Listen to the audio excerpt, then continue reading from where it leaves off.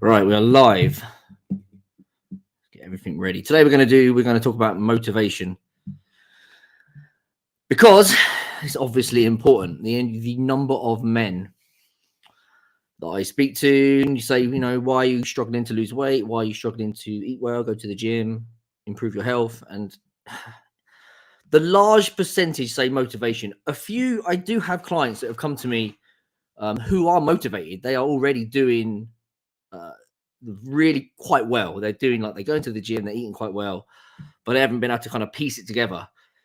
Those guys are typically self-motivated, although sometimes they haven't got what actually turns out is they need to step up what they're doing, and still motivation is a little bit of a problem. But the majority of people that come into my program lacking motivation to eat well, change their exercise habits, find the time.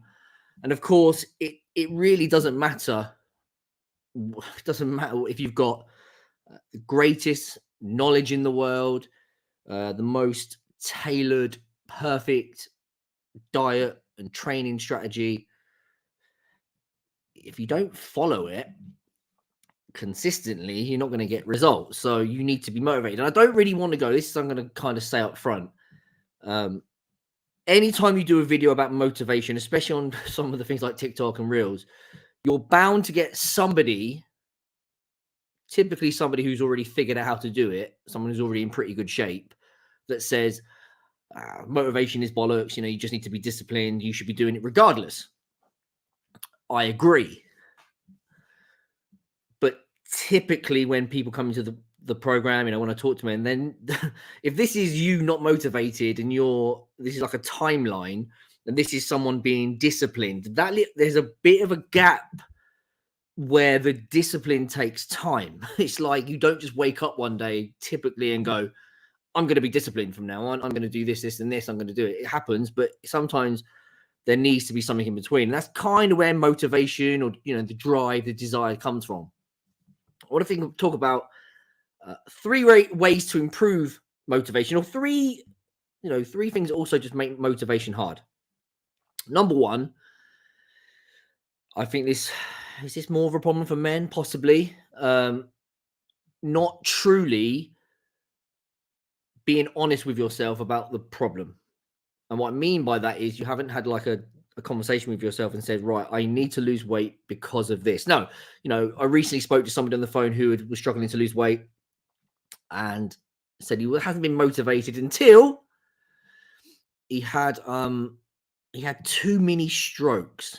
He didn't give me much more detail on that, but he basically had a health scare. You can't ignore a health scare like diabetes or a heart attack. I guess some people do, but typically most cases you get something like that. That is your wake up call. That is the consequences of your actions for the past several years, decades, possibly coming back to bite you in the arse. And unless you're stupid, you can't ignore them. The problem is sometimes, you would know that was going to happen if you took if you actually took some time to say to yourself, I'm overweight and this is what is either what I'm going through right now. And sometimes it's not even about health. It's like, I'm not particularly being a good role model for my children. I'm not spending as much time with them because I'm always tired. I'm kind of stressed all the time. So maybe I'm a bit snappy. I'm not showing up in my business or my life the way I want to, like a confident person, dress how I want to dress. So there are things that happen long before health problems. But sometimes I think with men is we tend to sweep it under the rug. We would prefer to tell ourselves it could be worse. 2 things: it could be worse, and we'll do it at some point. Well, the problem is if you play down a problem, you don't have the kind of going back to the example of the stroke or the diabetes. You don't have that kind of the kick up the arse where you're like, I need to do it. You don't have the motivation to do it because it's you can take it or leave it. So the first thing you could do really is actually be honest with yourself and just have a friend that would jokingly say, stand in the mirror naked and look at yourself. Or with clients, quite often they'll send me photographs, and by the time they're sending me their photographs, They've already invested. They're already ready to go. But often those photographs come after, and that's just like another little layer of motivation. They're like, gee, God, I look like shit. Like, it's like the first time they really looked at themselves. So if you're struggling with motivation, one thing you could do is, why is I getting a skip that? The first thing you can do is write down 4, 5, 6. When I say write down, I mean write down. I don't mean like put it in your phone, or I don't mean just think about it. Write down a list of things, or a list of consequences, or things that you're not doing because of your weight, things you're missing out on, maybe things you want to do, but just think about, like, why do you need to lose weight? What's the motivation there? What's the reason? What needs to be what do you need to think about for it to become a now problem versus a problem that you're willing to put off? You know, you can put off fixing a scratch, but if you got shot, you would go straight to the hospital. It's a bit of a crude example, but that's the same thing. So first thing you could do, honest conversation with yourself, write down 5 to 10 reasons why you want to lose weight, or why being overweight sucks, why being unfit sucks, why being unhealthy sucks. Things that you can look at it and go, Jesus. And then you have to be honest. You've got to peel back the layer. You got to really try and find some deep-rooted reasons. Number 2, learn more about the process. I think anytime in life we have things that we need to do, we will procrastinate on things we don't particularly like doing. Good example would be like a tax return, or leaving an exam at unit, like leaving your exams at school or university to the last minute. You put them off because it's not fun. You don't put off things that you enjoy. Now, losing weight is probably never going to be in the category of things you enjoy, but you can certainly put yourself off doing it if you think it's going to include things like cutting out all the food you like, being hungry, not being able to have a social life, having to go to the gym every morning at 5 a.m. or possibly every night after work, not having as much time with your family. You know, all these things that you think to yourself, well, fuck that. I can't do it. And actually, if we take point number 1 and point number 2 with, like, why do you want to do it and why do you not want to do it? You need to kind of swing the pendulum. So if you say to yourself, like, going back to number 1, these are all my reasons why I need to lose weight. And then you start to take away the reasons why you don't want to do it. Like, often people come into my program and they'll say stuff like, I wish someone had taught me how to diet like this years ago, or I wish I'd started this sooner. It's not uncommon for people to say, I don't want to say it's easy, but they'll say stuff like, it's been way easier than I thought. The reason for that is I obviously teach them how to do it in a more sustainable way, which is what you need. You guys watching this, if you've got a list of things that you normally do. Hello, I'm live. You shut the door. No, I want to do it like in peace. Thank you. Where was I? Oh yeah, so you need to weigh up you need to take the list down of things that you are using to put off doing it. All those things I said, anything you can think about when it comes to weight loss, and this is actually coming from someone, I'm doing what I would call quite a restrictive. I'm doing quite an aggressive diet at the moment. I've got a couple more weeks till I go on holiday. So I've done it. I like doing it this way, but doing it this way comes with more hunger, more restriction, more tiredness, more time in the gym. All things that most of you watching this don't want. You want a more sustainable approach. You've probably tried doing it like that before and you followed it and hated it. And now you've got this thing in your head of like, well, every time I diet, it's horrible. I'm hungry. I can't eat anything. And then you fail. And if you've done that, I don't know, 10, 20 times over your lifetime, then I can only imagine that every time you go to do it again, it's not like you're excited to do it. Guys who come into my program typically are excited, and I hope they'd be more. There's obviously going to be a little bit of skepticism, and sometimes they're a little bit nervous. I've failed before, but typically they're more excited because they realize that they're finally going to get some help with this. So that's just learn more about the process. And what I want you to do is kind of learn more about the process. And when I mean process, I mean, how do you lose fat? How do you build muscle? How do you make diets more sustainable? How do you make training more sustainable? How do you make training more fun?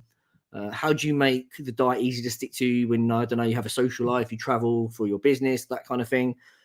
Make it easier for yourself so then you don't feel like it's, and I don't want to say that it's going to be easy. Obviously, it feels easier than it has done in the past. That you can only really get from learning more, or obviously, you know, hiring a coach or a trainer or someone that can provide you with that. But still, that person should also teach you this stuff. So we've got figure out why you need to do it, be honest, learn more about the process so you don't kind of, I guess, scare yourself out of it and procrastinate. And then number 3, if in doubt, this is probably the reason why most people come into my program, find people that will hold you accountable and support you. I find with a lot of my clients that there's this kind of like, there's a tipping, like a point where the weight loss becomes easier psychologically. The first few weeks might be tough. It's new. They're trying to change habits.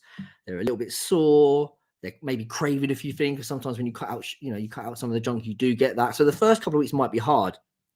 Maybe the first month. Then you start to fall into the habit.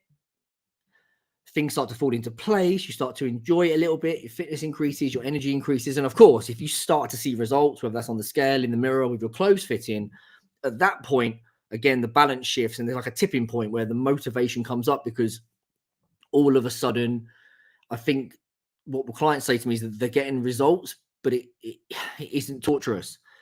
But getting to that point often requires accountability and support. And then obviously getting past that, you know, if you have to diet, one of my clients once stayed with me for a year. He had over 7 stone to lose. So we did about a year. I think we did 14 months in the end.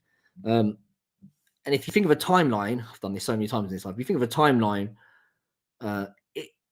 it's probably hard, and it probably gets a little bit easier, but there's going to be times throughout the process where motivation might dip, where you need accountability and support. But definitely in the beginning, if you're watching this now and you're like, I have no motivation to do this, but you've done your list of why, and you're saying to yourself, shit, like, God, my kids are a little bit overweight because they eat badly with me. We don't exercise enough. I feel guilty. I'm not really the dad I want to be. I go into the boardroom or business meetings, I'm a bit shy. I avoid doing lives. I'm not doing social media marketing. You say to yourself, whatever your reasons are, you're saying to yourself, right, I need to do it, but I haven't got the motivation. That is where having somebody there to kind of give you a kick up the arse, for lack of a better term, can be crucial. I could bring, let me have a look if I can bring one up. No, I haven't got anyone here. So I can't do the overlay here. I was going to try and bring up sort of a picture of a couple of my clients that have said to me that they don't have motivation. You know, it happens pretty much 90% of the time. It's really common for that lack of motivation to almost not even it almost doesn't become a problem. I think that's a combination of me giving them programs that they like, understanding their needs and their problems, adjusting their diets, teaching them, but also holding them accountable. So if you are somebody that is thinking, right, I know I need to lose weight because of these reasons, I'm unfit, I've put it off for so long, you know, the clock is ticking, like I'm only going to get worse now. I'm in my 40s and 50s and 60s. If you're that guy that needs to do it now, then probably the best thing you can do is hire a coach or a personal trainer, or find some community where the people in the community are going to keep an eye on you, and they're going to check in on you. And again, you know, you have to go into those situations and be willing to be held accountable. You can't hire a coach and then every time they message you, you ghost them. Or you can't hire a personal trainer and you don't go to the session, even though you lose the session. You might lose 50 quid, 100 quid, whatever. You don't care. You have to go into and go, right, I'm going to let this person hold me accountable. I'm going to let them call me out. If it's a group, I find it's more powerful. So in my coaching program, there's not just me, there's the group, and the group as a whole really help each other. It's really quite powerful. So those are 3 things. You got 3, from what I've seen, ways to make yourself have more motivation. Motivate yourself by thinking about what actually could happen or what you're actually going through. Don't sweep it under the rug. Learn more about the process of dieting, muscle building, so that you can not be so scared of it. So you can say to yourself, well, the reason why I failed in the past because it was awful. But if you do it like the way I teach, it'll be slightly easier. And if that doesn't work, it might not. Join a program, find a personal trainer, join a community, go to some group if you need more, if in like an in-person thing, and let them hold you accountable for your actions, because at some point you will start to see results. You will feel better if you've done it the right way with the right strategy. Like, you're not doing like something you dislike. When all those things fall into place, habits start to build. I'm not going to say it gets really easy from there, but you will find you'll be more motivated. You'll, of course, start to build those habits and that discipline, and carrying on becomes a lot easier. At the moment, if you're sitting on your sofa every night and you're thinking to yourself, I can't be bothered to do it because you haven't considered why you need to do it, or you're saying to yourself, like, I don't want to go running every day at 5 a.m. because you think that's what you got to do, or you're thinking, I don't want to cut out carbs for the next 6 months or the rest of my life, then, this is why you're putting it off. You're almost the fear, you're making yourself not want to do it. Hope that helps. That is today's live. If you are considering some coaching or you want some help, then we'll be on Facebook and LinkedIn and YouTube. If you're on YouTube, you'll have to comment. Just put comment below. And if you're on Facebook or LinkedIn, you of course can just send me a quick message. We'll have a chat, see what your problems are, and see if I can help. If I can't, I might refer you to someone else. Enjoy the rest of your day.